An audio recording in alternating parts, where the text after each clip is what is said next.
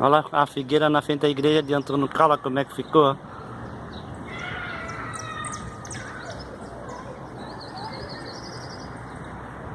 Olha só coisa horrorosa, meu Deus.